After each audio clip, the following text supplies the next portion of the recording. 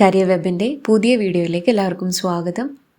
Biology ക്ലാസ്സിൻ്റെ CRT സീരീസിൻ്റെ ഭാഗമായുള്ള biology ക്ലാസ്സിൻ്റെ കണ്ടിന്യൂഷനാണ് നമ്മൾ ഈ ക്ലാസ്സിൽ എടുക്കുന്നത്.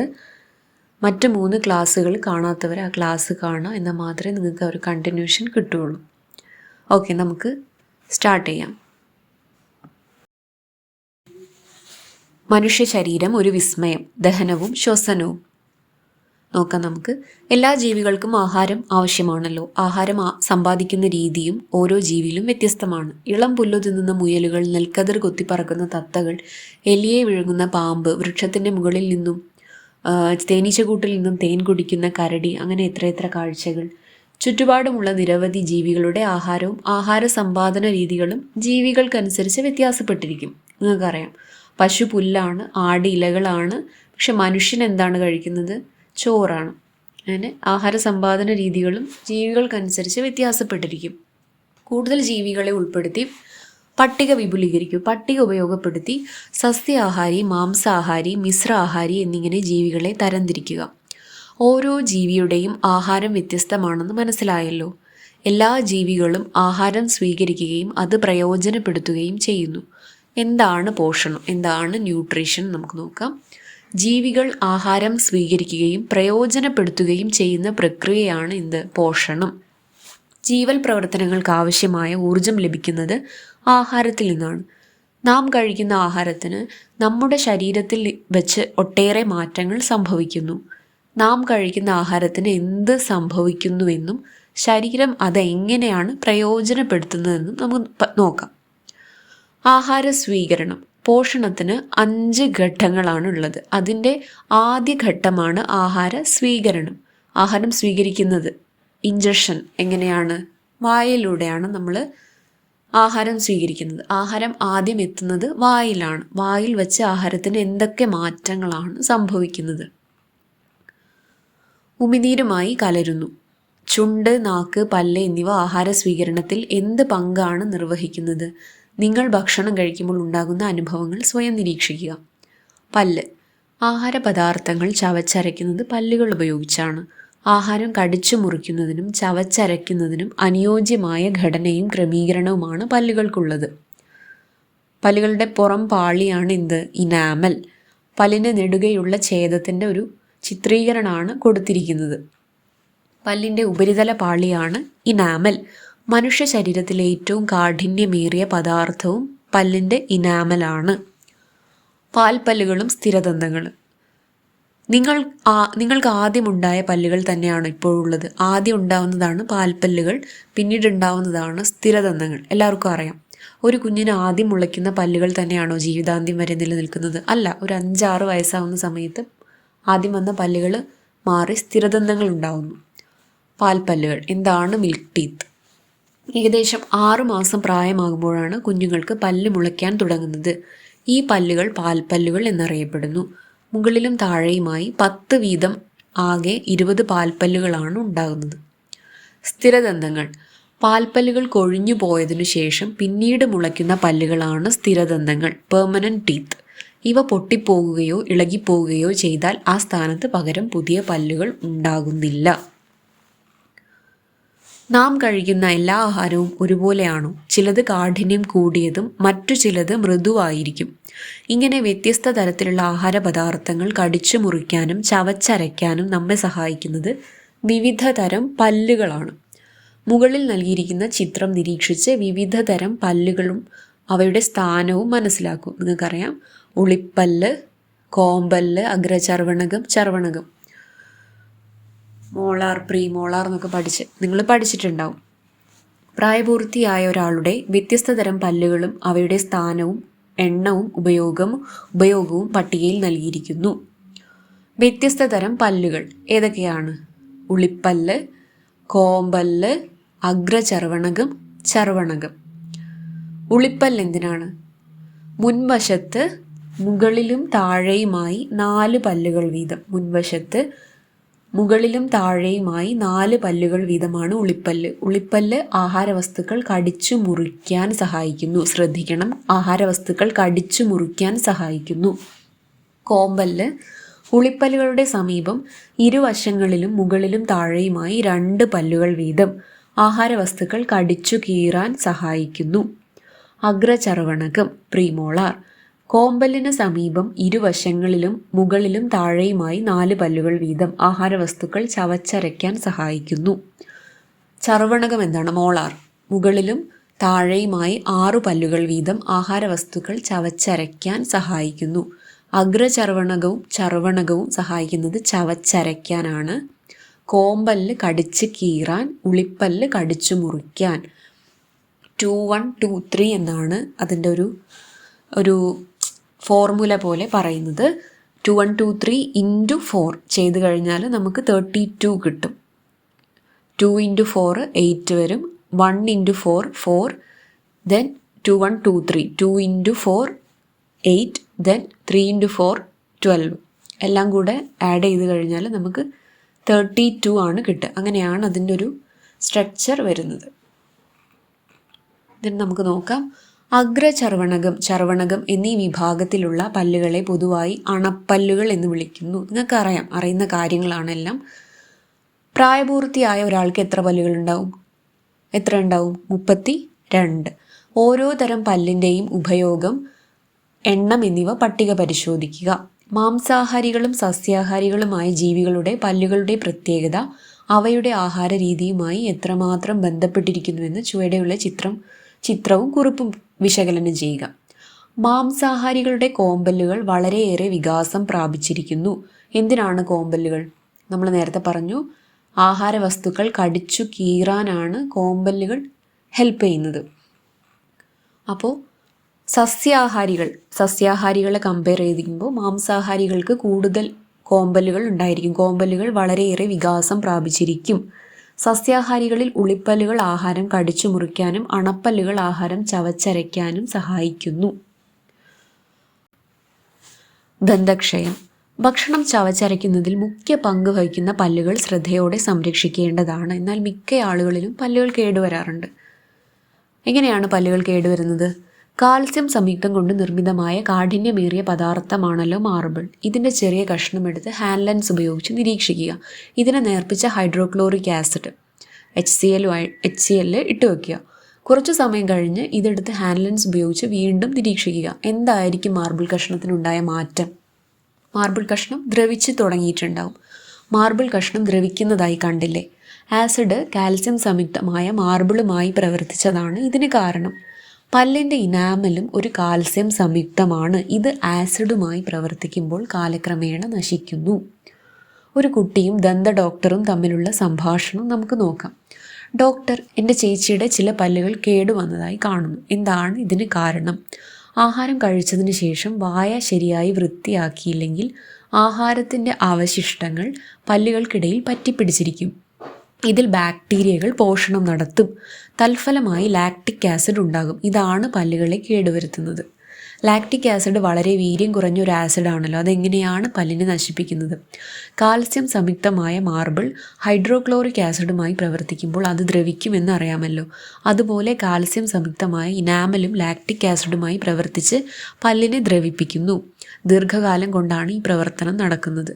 ഞാൻ രാത്രിയിൽ പല്ല് നന്നായി വൃത്തിയാക്കും. എന്നാൽ ചിലപ്പോൾ മധുര പലഹാരങ്ങൾ കഴിച്ചിട്ട് വായ കഴുകാതെ കിടന്നുറങ്ങാറുണ്ട്. അതുകൊണ്ട് എന്തെങ്കിലും കുഴപ്പമുണ്ടോ? ഏതാഹാരം കഴിച്ചാലും വായ നന്നായി വൃത്തിയാക്കണം. പ്രത്യേകിച്ച് മധുരമുള്ള ആഹാരവസ്തുക്കൾ. അവ ബാക്ടീരിയകളുടെ പ്രവർത്തനത്തെ വേഗത്തിലാക്കുന്നു.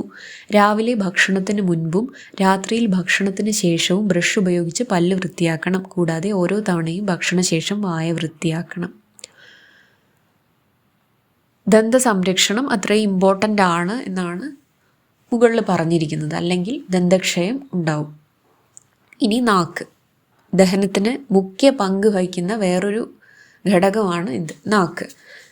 രുചി അറിയാൻ നാക്കിലെ സ്വാദുമുകുളങ്ങൾ നമ്മളെ സഹായിക്കുന്നു എന്ന് നമ്മൾ പഠിച്ചിട്ടുണ്ട്. എന്തൊക്കെയാണ് നാക്കിൻ്റെ മറ്റ് ധർമ്മങ്ങൾ? വിഴുങ്ങാൻ സഹായിക്കുന്നു. പല്ലുകൾക്ക് ചവച്ചരയ്ക്കാൻ പാകത്തിന് ആഹാരത്തെ വായ്ക്കുള്ളിൽ ചലിപ്പിക്കുന്നു. വായിൽ ഉമിനീരുണ്ടല്ലോ. ദഹന പ്രക്രിയയിൽ ഉമിനീരും പ്രധാന പങ്ക് വഹിക്കുന്നുണ്ട്. ആഹാരം അന്നപഥത്തിലൂടെ. വായിൽ വെച്ച് ചവച്ചരയ്ക്കപ്പെടുന്ന ആഹാരം പിന്നീട് ദഹന വ്യവസ്ഥയുടെ ഏത് ഭാഗത്താണ് എത്തിച്ചേരുന്നത്? അന്നനാളം വഴി ആമാശയത്തിലേക്കാണ് വായിൽ നിന്നുള്ള ആഹാരം എത്തിച്ചേരുന്നത്. വായ്ക്കുള്ളിൽ വെച്ച് ചവച്ചരയ്ക്കപ്പെട്ട ആഹാരം അന്നനാളത്തിലൂടെ ആമാശയത്തിലെത്തുന്നു. എന്താണ് അന്നനാളം? വായയെ ആമാശയവുമായി ബന്ധിപ്പിക്കുന്ന ഒരു കുഴലാണ് അന്നനാളം. ഇത് പേശികളാൽ നിർമ്മിക്കപ്പെട്ടിരിക്കുന്നു. അന്നനാള ഭിത്തിയുടെ തരംഗരൂപത്തിലുള്ള ചലനം കൊണ്ടാണ് ആഹാരം ആമാശയത്തിലെത്തുന്നത്. ഈ ചലനമാണ് എന്ത്? പെരിസ്റ്റാൾസിസ്. നിങ്ങൾ ചെറിയ ക്ലാസ്സിലൊക്കെ പഠിച്ചിട്ടുണ്ടാവും. ആഹാരം ആമാശയത്തിൽ. വായ്ക്കുള്ളിൽ വെച്ച് ദഹനം ആരംഭിച്ച ആഹാര പദാർത്ഥങ്ങൾ ഇപ്പോൾ എവിടെയാണുള്ളത്? അന്നനാളം വഴി ആമാശയത്തിലെത്തി. ഇനി എന്താണ് ആമാശയത്തിൽ വെച്ച് നടക്കുന്നതെന്ന് നമുക്ക് നോക്കാം. വായ്ക്കുള്ളിൽ ദഹനം ആരംഭിച്ച ആഹാരപദാർത്ഥങ്ങൾ അന്നനാളം വഴി ആമാശയത്തിൽ എത്തിച്ചേരുമെന്ന് മനസ്സിലാക്കിയല്ലോ.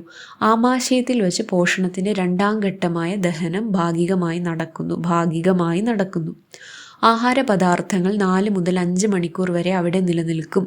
ആമാശയ ഭിത്തിയുടെ തരംഗ രൂപത്തിലുള്ള ചലനം മൂലം ആഹാരം കുഴമ്പ് രൂപത്തിലാകുന്നു.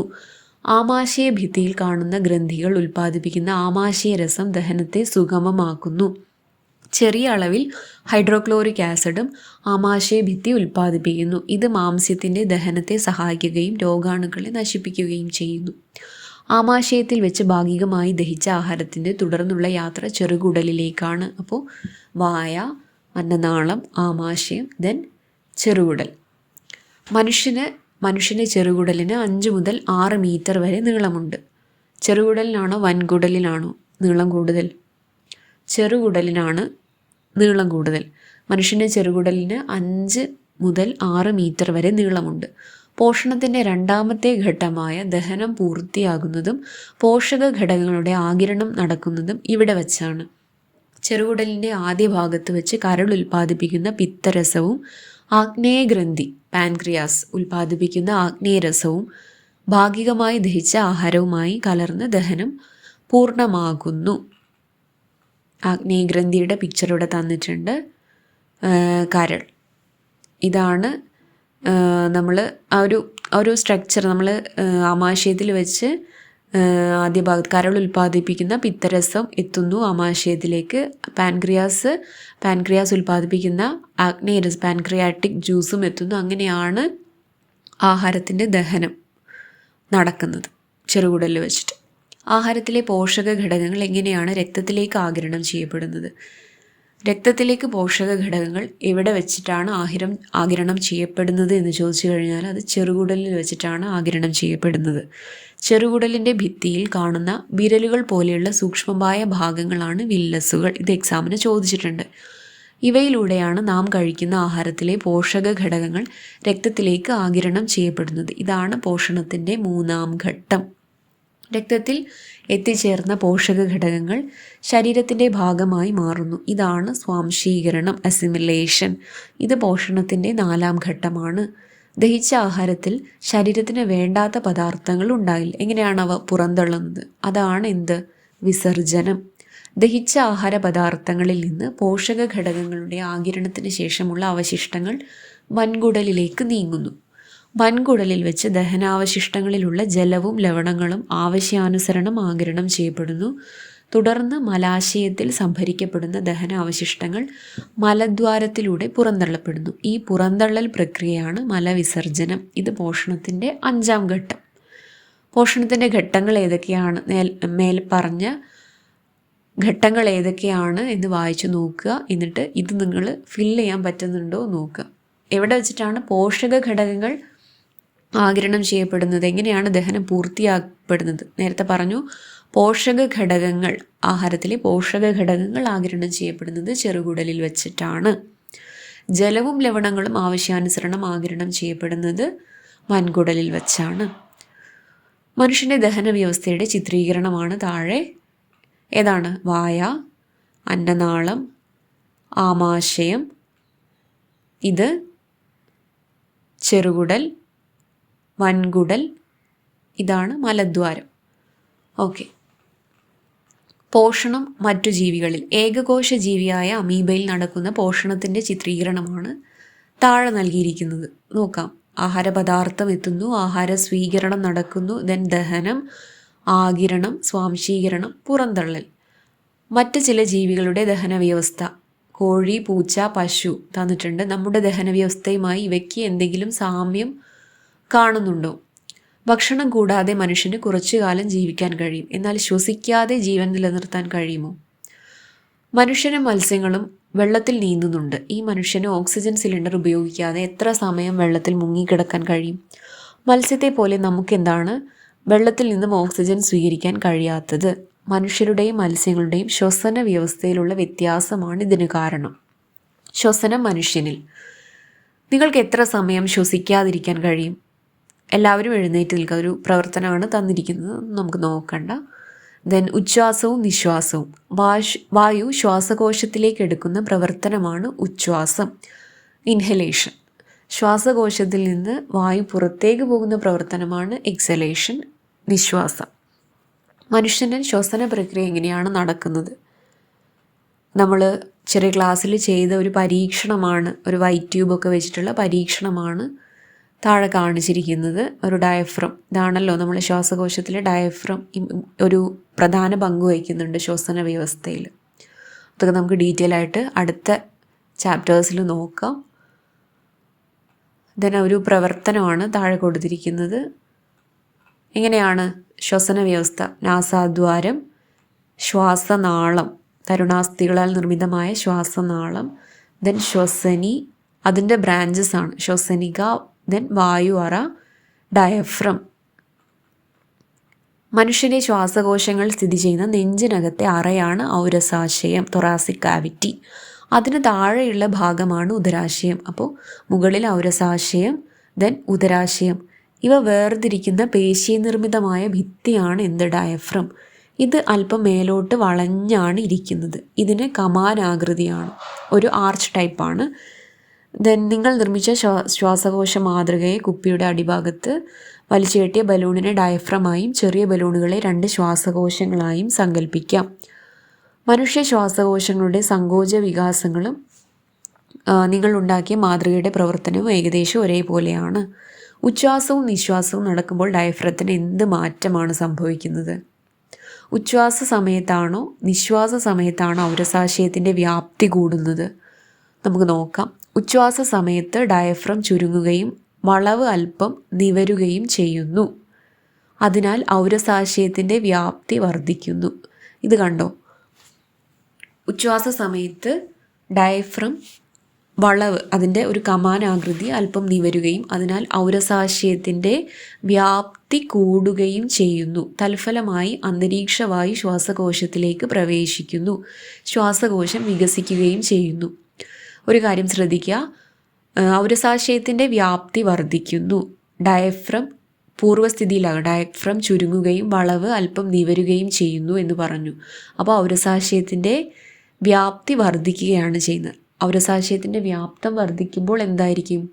വ്യാപ്തം വർദ്ധിക്കുമ്പോൾ മർദ്ദം കുറവായിരിക്കും. അപ്പോൾ ഔരസാശയത്തിൽ മർദ്ദം ഇവിടെ കുറവാണ്, പുറത്തുള്ള വായു അപ്പോൾ ഉള്ളിലേക്ക് കയറുകയാണ് ചെയ്യുന്നത്. ഉച്ഛ്വാസവായുവിലെയും നിശ്വാസവായുവിലെയും വിവിധ ഘടകങ്ങളുടെ അളവ് എങ്ങനെയാണ് വ്യത്യാസപ്പെട്ടിരിക്കുന്നത് നമുക്ക് നോക്കാം. ഏതൊക്കെയാണ് ഘടകങ്ങൾ? Oxygen, carbon dioxide, nitrogen, ജലബാഷ്പം. ഉച്ഛ്വാസവായുവിൽ സ്വാഭാവികമായിട്ടും ഓക്സിജൻ അളവ് കൂടുതലായിരിക്കും, 21 ആണെങ്കിൽ നിശ്വാസവായുവിൽ 15 ആണ്. കാർബൺ ഡൈ ഓക്സൈഡ് 0.04 ആണ്. കാർബൺ ഡൈ ഓക്സൈഡ് നിശ്വാസവായുവിൽ 4 ആവും. നൈട്രജൻ 78. ജലബാഷ്പം 0.96 ആണ് ഉച്ഛ്വാസവായുവിൽ. നിശ്വാസവായുവിൽ കൂടും, 0.96 3 ആവും. നിശ്വാസവായുവിൽ സ്വാഭാവികമായിട്ട് കൂടുതലായിരിക്കുമല്ലോ ഉണ്ടാവുക. അപ്പോൾ ഓക്സിജൻ്റെ അളവ് കുറയുകയാണ് ചെയ്യുന്നത്, കാർബൺ ഡൈ ഓക്സൈഡ് കൂടുകയാണ് ചെയ്യുന്നത്, നൈട്രജൻ കോൺസ്റ്റൻ്റ് ആണ്, ജലബാഷ്പത്തിൻ്റെ അളവും കൂടുകയാണ് ചെയ്യുന്നത്. നിശ്വാസവായുവിലെ ഉച്ഛ്വാസവായുവിലെ എല്ലാ ഘടകങ്ങളുടെ അളവ് ഒരുപോലെയാണോ? അല്ല. നമ്മളിപ്പോൾ നോക്കി ഏതൊക്കെ ഘടകങ്ങളുടെ അളവിലാണ് വ്യത്യാസം വരുന്നത് നോക്കുക, നമ്മൾ ഡിസ്കസ് ചെയ്തു. ദെൻ ശ്വാസനാളത്തിൽ ഭക്ഷണം കുടുങ്ങുന്ന സന്ദർഭങ്ങൾ. മുലപ്പാൽ ശ്വാസനാളത്തിൽ കുടുങ്ങി കൊച്ചു കുട്ടികൾക്ക് അപകടം സംഭവിക്കുന്ന വാർത്തകളൊക്കെ നമ്മൾ വായിച്ചിട്ടുണ്ട്. എന്താണ് ചെയ്യേണ്ടത് അങ്ങനെ സംഭവിച്ചു കഴിഞ്ഞാൽ? ശ്വാസനാളത്തിൽ ഭക്ഷണം കുടുങ്ങിയാൽ ആ വ്യക്തിയോട് ശക്തിയായി ചുമയ്ക്കാൻ ആവശ്യപ്പെടണം. ചുമയുടെ ശക്തിയിൽ ആഹാരവസ്തു പുറന്തള്ളപ്പെടും. ശ്വാസ തടസ്സം നേരിട്ട വ്യക്തിയെ മുകളിൽ കാണുന്ന പോലെ വയറിൻ്റെ താഴെ മുകളിലേക്ക് പ്രസ് ചെയ്യാണ് വേണ്ടത്. എന്നിട്ട് ശക്തിയിൽ പുറത്ത് അടിക്കണം. ശ്വാസതടസ്സം നേരിട്ട വ്യക്തിയെ ചിത്രത്തിൽ കാണുന്നത് പോലെ അല്പം കുനിച്ചു നിർത്തി പിറകിലായി നിന്ന് 2 കൈകൾ കൊണ്ടും അപകടത്തിൽപ്പെട്ടയാളുടെ വയറിൽ ശക്തിയായി അമർത്തുക. ആവശ്യമെങ്കിൽ ഏതാനും തവണ ഇത് ആവർത്തിക്കാം. ചെറിയ കുട്ടികളാണെങ്കിൽ കമഴ്ത്തി പിടിച്ച് തോളലുകൾക്കിടയിലായാണ് തട്ടേണ്ടത്. ആവശ്യമെങ്കിൽ വൈദ്യസഹായം ലഭ്യമാക്കണം. പുകവലിയും ആരോഗ്യ പ്രശ്നങ്ങളും. നിങ്ങൾക്കറിയാം, പുകവലി ഒരുപാട് ആരോഗ്യ പ്രശ്നങ്ങൾക്ക് കാരണമാകുന്നുണ്ട്. പുകയിലയിൽ ക്യാൻസറിന് കാരണമാകുന്ന രാസവസ്തുക്കൾ അടങ്ങിയിട്ടുണ്ട്. ശ്വസനത്തിലെ വൈവിധ്യം. നമ്മളിപ്പോൾ മനുഷ്യനിലെ ശ്വസന വ്യവസ്ഥ എങ്ങനെയാണെന്ന് നോക്കി. ഇനി ഏകകോശ ജീവിയായ പാരമീസിയത്തിൽ എങ്ങനെയാണ് നടക്കുന്നത് നോക്കാം. ആ ചിത്രത്തിൽ കാണിച്ചിട്ടുണ്ട്. കോശസ്തരം വഴിയാണ് അതിന് ശ്വസനം നടക്കുന്നത്. കാർബൺ ഡൈ ഓക്സൈഡും ഓക്സിജനും പുറന്തള്ളപ്പെടുന്നത് കോശസ്തരത്തിലൂടെയാണ്. ചുറ്റുമുള്ള ജലത്തിൽ ലയിച്ചു ചേർന്ന ഓക്സിജനെ പാരമീസിയം കോശസ്തരം വഴി സ്വീകരിക്കുകയും കാർബൺ ഡൈ ഓക്സൈഡ് പുറന്തള്ളപ്പെടുകയും ചെയ്യുന്നു. ചുവടെ നൽകിയിരിക്കുന്ന ചിത്രങ്ങൾ നിരീക്ഷിച്ച് ജന്തുക്കളിലെ ശ്വസന വൈവിധ്യം മനസ്സിലാക്കുക. മണ്ണിരയിൽ എന്താണ്? ത്വക്കാണ്. ഈർപ്പമുള്ള ത്വക്കാണ് ശ്വസനത്തിന് സഹായിക്കുന്നത്. മത്സ്യം, ശകുലങ്ങൾ, ചെകിള. തവള കരയിലായിരിക്കുമ്പോൾ ശ്വാസകോശം, വെള്ളത്തിലായിരിക്കുമ്പോൾ ഈർപ്പമുള്ള ത്വക്ക്. കരയിലായിരിക്കുമ്പോൾ ശ്വാസകോശമാണ്, വെള്ളത്തിലായിരിക്കുമ്പോൾ ഈർപ്പമുള്ള ത്വക്ക്. ചിലന്തി, ബുക്ക് ലങ്സ്. ദെൻ ശ്വസനം. ജീവികൾ അവയുടെ പരിസരത്ത് നിന്നും ഓക്സിജൻ സ്വീകരിക്കുകയും കാർബൺ ഡൈ ഓക്സൈഡ് പുറന്തള്ളപ്പെടുകയും ചെയ്യുന്ന പ്രക്രിയയാണ് ശ്വസനം. സസ്യങ്ങളും മറ്റ് ജീവികളെ പോലെ ശ്വസിക്കുന്നു. സസ്യങ്ങളുടെ ശ്വസനം എങ്ങനെയാണ്? ജന്തുക്കളെ പോലെ സസ്യങ്ങളും അന്തരീക്ഷത്തിൽ നിന്ന് ഓക്സിജൻ സ്വീകരിക്കുകയും കാർബൺ ഡൈ ഓക്സൈഡ് പുറന്തള്ളപ്പെടുകയും ചെയ്യുന്നു. ഇലകളിലും ഇലാകാണ്ഡങ്ങളിലും കാണപ്പെടുന്ന സൂക്ഷ്മ സുഷിരങ്ങളായ ആസ്യരന്ധ്രങ്ങൾ, സ്ട്രൊമാറ്റ വഴിയാണ് സസ്യങ്ങളിൽ ശ്വസനം നടക്കുന്നത്. ആസ്യരന്ധ്രങ്ങൾ വഴിയാണ്. പിന്നെ നമ്മുടെ ശരീരത്തിൽ നടക്കുന്ന പ്രധാന പ്രവർത്തനങ്ങളായ ദഹനം, ശ്വസനം എന്നിവയെക്കുറിച്ചാണ് നമ്മൾ ഈ യൂണിറ്റിൽ മനസ്സിലാക്കി. എങ്ങനെയാണ് ശ്വസനം നടക്കുന്നത്. നമ്മൾ ഒരു ബേസിക് ആയിട്ടുള്ള ഒരു ഐഡിയ ആണ് നമ്മൾ ഈ ഒരു ചാപ്റ്ററിൽ പഠിച്ചത്. ദഹന വ്യവസ്ഥയുടെയും ശ്വസന വ്യവസ്ഥയുടെയും ശരിയായ പ്രവർത്തനത്തിന് ഉതകുന്ന ശീലങ്ങൾ പാലിക്കേണ്ടതിൻ്റെ പ്രാധാന്യമൊക്കെ ഈ ഒരു ചാപ്റ്റർ വഴി നിങ്ങൾക്ക് മനസ്സിലായിട്ടുണ്ടാവുമെന്ന് കരുതുന്നു. ഓക്കെ, അപ്പോൾ ഇത്രയേ ഉള്ളൂ നമ്മളെ ചാപ്റ്റർ. ഇന്നത്തെ പാഠഭാഗം ഇവിടെ പൂർണ്ണമാവുകയാണ്. SCERT സീരീസിൻ്റെ ഭാഗമാവാൻ നിങ്ങൾ കരിവബിൻ്റെ ചാനൽ സബ്സ്ക്രൈബ് ചെയ്യുക, ലൈക്ക് ചെയ്യുക, നിങ്ങൾ കമൻറ്റ്സ് രേഖപ്പെടുത്തുക.